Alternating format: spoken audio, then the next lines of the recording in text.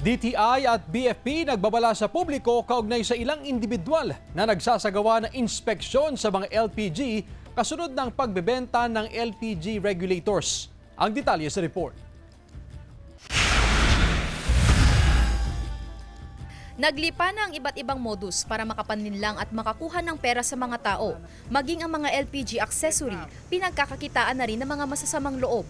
Nagbabala ang DTI Pangasinan sa publiko kontra sa mga umunoy nag-iikot at nagsasagawa ng inspeksyon sa mga LPG. Pero kasunod naman daw nito ang pagbebenta nila ng mga low quality at hindi sertipikadong LPG regulator.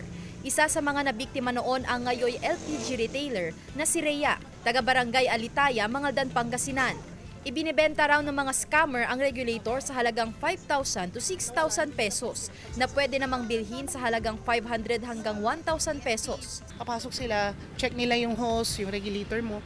Tapos mapipilitan ka kasi katulad sa amin, pinutol yung hose eh.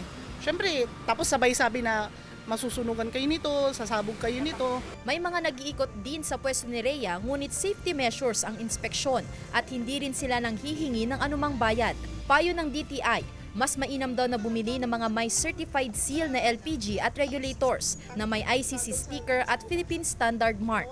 Ang street food vendor na si Ferdinand, maingat daw sa pagbili ng LPG. Doon po tayo sa siguradong dating kuhanan natin, madam. Kasi po doon po talagang sigurado po yun.